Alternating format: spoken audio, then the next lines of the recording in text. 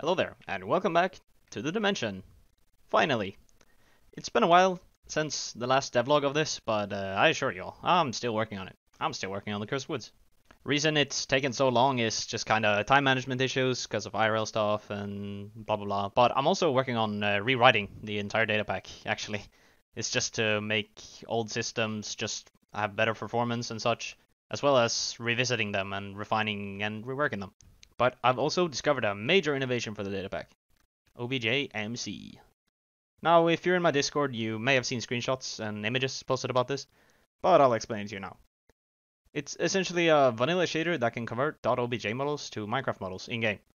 This means that I can use programs like Blender to create 3D models and then make them work seamlessly inside of Minecraft. Also, since it's a vanilla shader, the only thing required for it is a resource pack. So, still, no mods. Currently, I'm mostly applying this concept to making mobs and making fluent animations for them. No more choppy walking animations and such. It's all gonna be made through Blender's animation system, which is just so much better. So, alongside this, I'll show you the new magic system that I'm also working on in this devlog. So yeah, let's do this, shall we? So, here's the first little mob I've made. The Marsh Crawler. It's nothing special, it's just a friendly little creature crawling around in the marshlands. And yeah, you can see how the animations are very fluid and not choppy at all. This is all possible through Objmc.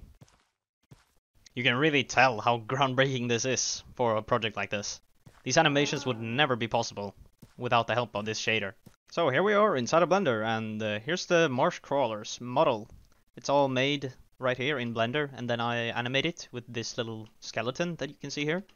So he's got this still animation, it's just idle, there's nothing to it. But then there's the walking animation, where he's walking like this. So using Objmc, I can port this animation directly into the game, which is, yeah, I can't state it enough. It is groundbreaking. I don't need to show you all the Blender animations. I'll just show you the mobs in game, and you'll see their animations. So let's get right to it.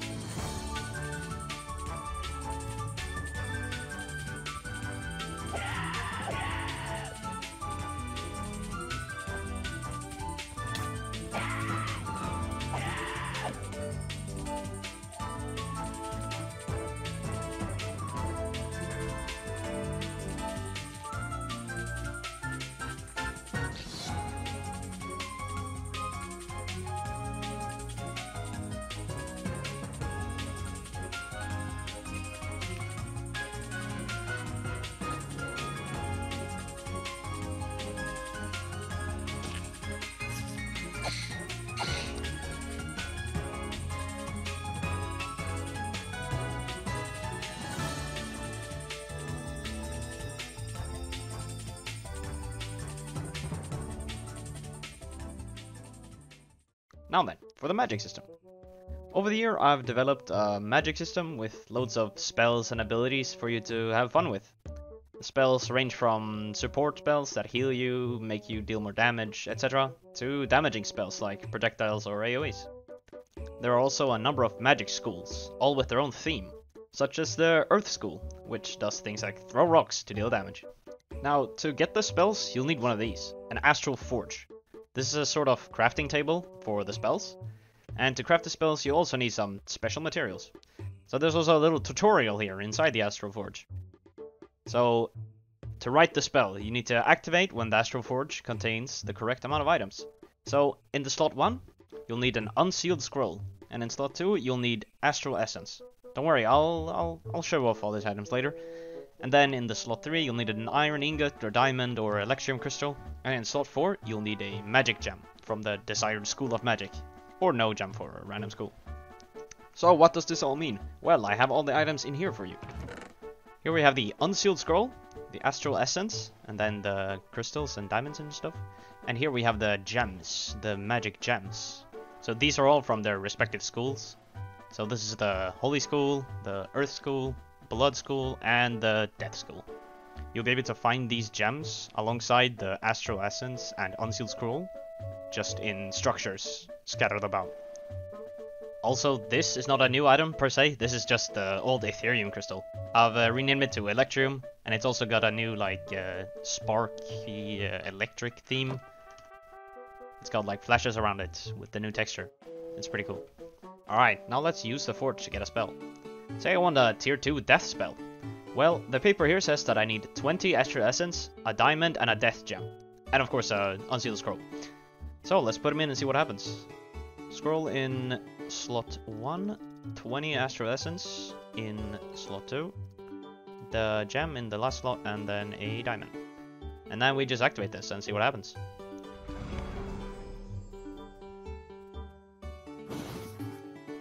Whoa, now we have a Bird of Prey spell. So, we receive a magic scroll. This is what's used to learn the spell. You can see the name, the cost to cast the spell, as well as the description of what the spell does here on the scroll. Then to equip the spell, I simply have to right click with it in any hotbar slot. So I wanted it in my first slot, so then I just have to hold it in my first slot and then right click. Boom. I've learned the Bird of Prey. So that's pretty much all there is to the crafting system. You'll acquire pretty much all your spells through the crafting with the Astral Forge, and then just right click with them in the hotbar slot you want them, and you'll learn the spell. So let's move on to showcasing all the spells. So let's start with the Death School. Currently there are 4 spells to this school. You have the Bird of Prey, which I showed, the Spirit Shroud, the Vengeful Soul, and the Death God's Favor. So let's equip these, shall we? But before I show the spells, I actually have to tell you how to cast them. You'll need an Astral Catalyst. This is your wand, what you'll use to cast the spells. After you've acquired your Astral Catalyst, you just have to select the spell you want to cast. So the spells are not tied to the items, they're only tied to the hotbar slot. So I can hold like anything in my hand, and if I still have Bird of Prey selected in this slot, I just have to hold in this slot and then right click to cast it. This way these spell items won't clog up your inventory. You can have your inventory, but just still have your spells underneath these items. So, starting off with the Bird of Prey.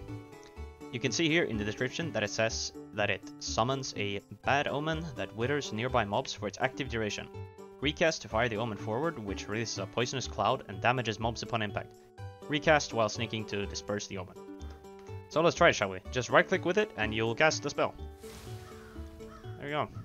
Now I have a little bird here on my shoulder. And like it said, it'll wither mobs around it. So let's get a sheep. And he'll get poisoned. And then it says, recast to fire the omen forward, which releases a poisonous cloud and damages mobs upon impact. So if I now hold down the button and recast this thing, it'll fly forward like a projectile and probably kill that sheep actually. Yeah, there you go. And here's a little cloud that gives you wither if you're standing it. So it also says to recast while sneaking to disperse the omen. This is just if you want to not fire it forward and kill something, just sneak and recast it to get rid of it. Just like that. Now you may also notice up there on my screen when I cast this, you'll see a little boss bar with Astral Energy. This is just a regular mana system, just for any game. You'll see the Astral Energy cost of the spell if you inspect it in your inventory. All of these have different amounts of Astral Energy cost, and they'll simply just drain it from you. Moving on to the next spell. Spirit Shroud. Tunnel through the undead realm to quickly dash in the direction you're moving. Inflicts poison to targets dashed through. So this is just a dashing ability, kind of. If I move forward and cast it, I'll dash forward. If I move to the left and cast it, I'll dash to the left. So obviously if you dash into a wall, it'll cancel, just like that. However, if you're going through kind of uneven terrain like this, it'll just dash over it. Essentially, if it's 1 block up, it'll just teleport you up there. But if it's 2, it'll cancel itself. Next up is the Vengeful Soul. Cast to send forth a lost soul that explodes upon reaching a mob or wall. Explosion deals damage and leaves behind a poisonous cloud. So, much like the description says, you just cast this to send forth a little projectile that explodes upon impact. So, just like this.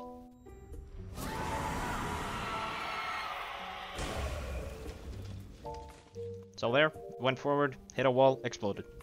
But I can also hit the mob with it. And there you see it takes damage from the explosion. Next up is the Death God's Favor. Utter an unholy prayer to gain the favor of Merkel, God of Death. Grants you health upon killing a mob. There's some little lore sprinkled in there.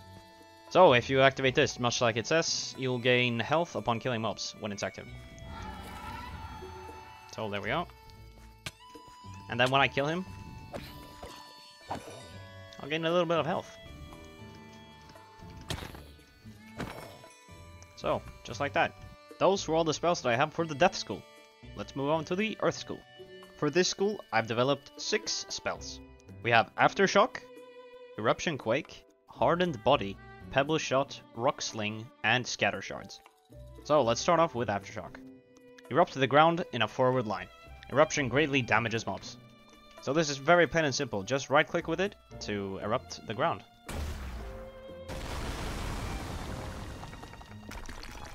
Just like this.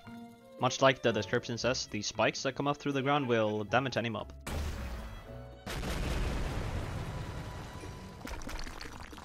One thing I should also mention is that the Earth School of Magic has a unique effect where it slows down targets hit with the spells. You can see this on the scrolls in the bottom there. Earth sorceries inflict slowness onto targets. Next up is Eruption Quake. Cast on a surface to cause a massive eruption, enormously damaging any mobs caught. So these two have the same icon, but don't worry about that. I'm just lazy and haven't made a texture for it. So as it states, just cast this on a surface. And then boom. This thing deals massive damage as it states, so it'll one-shot this zombie. It also works on a range, so it won't reach down there, but here it's just fine. There you go. Next up is Hardened Body.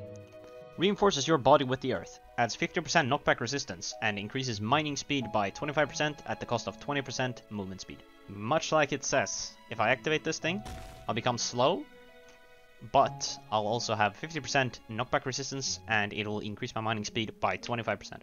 So I can use this command, attribute at S, knockback resistance, get. And there we have my current knockback resistance. Then I also have more block breaking speed, 25% to be exact. Next on the list, Pebble Shot. Unearth a small pebble and shoot it forward, damaging the mob it hits. So this is just your basic projectile.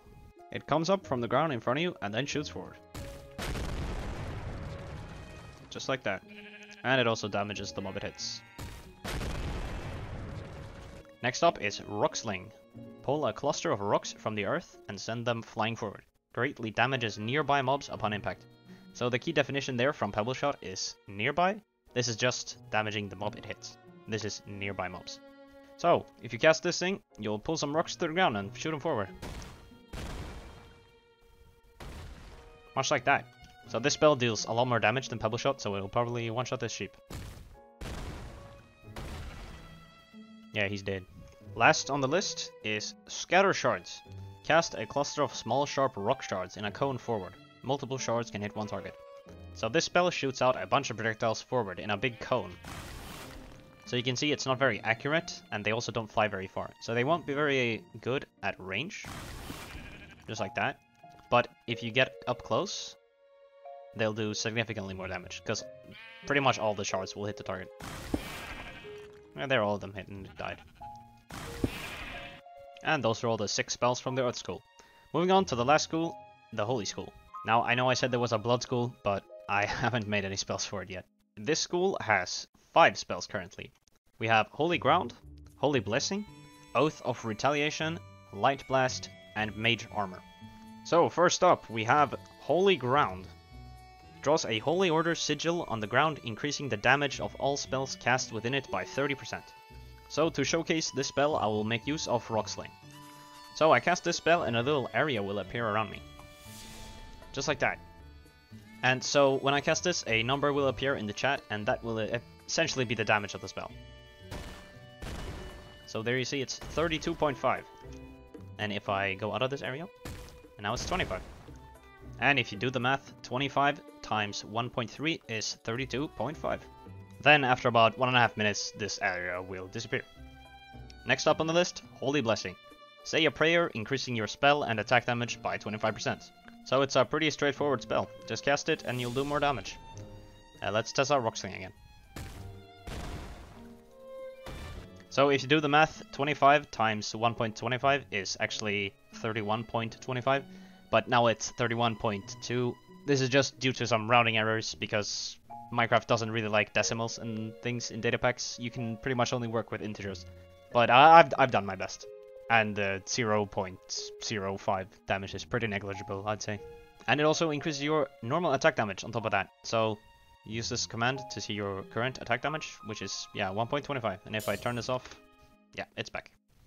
Now then, Oath of Retaliation. Repeated hits while spell is active causes your body to retaliate via an explosion that deals massive area damage. And the caster is immune to the explosion damage. So here's my voluntary subject. I just activate this spell, and then when he hits me, I'll explode and probably kill him. After a time.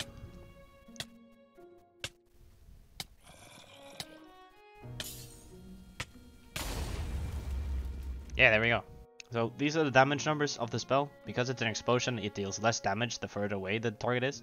So he'll take 50 damage up close, 10 damage a little bit further away, and then the furthest is just 4 damage. Also, I didn't mention it with the other spells, but if you have one of these spells that's like a passive spell that's active, you can just recast the spell to disable it. Next up is Light Blast. Fires a spiral projectile that lights up the environment as it travels and damages the mob it hits. So this is just your standard projectile for this school of magic. You cast it forward and it lights up the environment as it goes. So I'm in a cave to showcase this. Looks pretty cool. And then it hits them up to damage it. Now then, the last spell is Mage Armor. It says that I currently cannot cast this spell, and that is because if you read the description, it grants the caster doubled armor points if only wearing sorcery robes. But what are sorcery robes? Well, this is a new armor item. In this update, I've also coded a bunch of custom armor, since that's possible in vanilla Minecraft now. I've done it previously with Optifine, but now I don't have to do that anymore. So these sorcery robes, as you can see, they grant a 5% damage boost to all sorcery, plus a plus 10 max astral energy, and they all stack with each other. So now I have, you see here at the top, 140 instead of 100 as a total. And you can now see that I can cast Mage Armor. So let's go into Survival to see the armor points, and if I cast this, there we go. Now I doubled my armor points. If I were to exchange one of these pieces of Mage Armor while I have the spell active, it'll just cancel. Because, yeah, I can only cast this while wearing sorcery robes. This spell is designed to give some more defense to mages, since this armor does not really provide the best defense. Now those are all the spells that I have for this showcase. I would very much appreciate feedback and such on how to improve these spells. And of course also, if you have any ideas for future spells, let me know. I'd love to hear it. Maybe it'll actually end up in the data pack.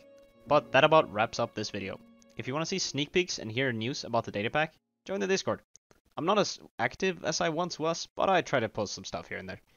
If you want to know about features coming, you'll see them there first. But before I end this video, I'd like to show you guys a boss that I've been working on.